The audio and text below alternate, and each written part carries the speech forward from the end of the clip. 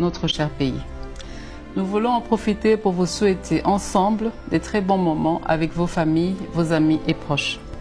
Nous souhaitons que cette célébration de la naissance du Christ, notre Sauveur, soit aussi une renaissance pour notre pays et qu'il apporte beaucoup de bonheur dans nos familles.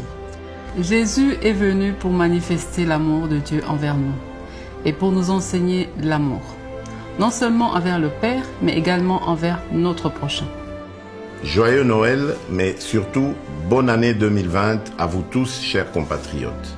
Il y a quelques mois, je vous ai dit que le plus petit geste que vous pourriez poser était important pour atteindre notre objectif, le changement. Le changement, c'est aussi ne pas rester indifférent à la souffrance de nos frères et sœurs. N'hésitons pas à manifester de la bienveillance et de l'amour envers ceux qui en ont grandement besoin. C'est pour cela qu'à l'occasion de cette fin d'année, nous vous invitons, partout où vous êtes, à penser à ceux qui sont défavorisés, à ceux qui ne pourront pas partager un moment de joie en famille ou avec des amis.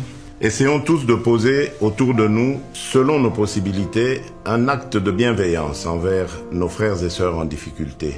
Comme par exemple, assister à un orphelinat ou un home de vieillards, visiter des malades dans les hôpitaux pour les réconforter, partager un sourire avec ceux qui ont perdu des proches cette année dans diverses circonstances afin de leur redonner goût à la vie, écouter et donner du temps à ceux qui sont autour de nous. Ayons une pensée pour nos frères et sœurs du Nord-Est qui vivent en ce moment les affres de la guerre et également pour nos forces armées qui défendent nos populations au péril de leur vie. Essayons de faire quelque chose qui ramènera de l'espoir autour de nous. Encore une fois, joyeux Noël.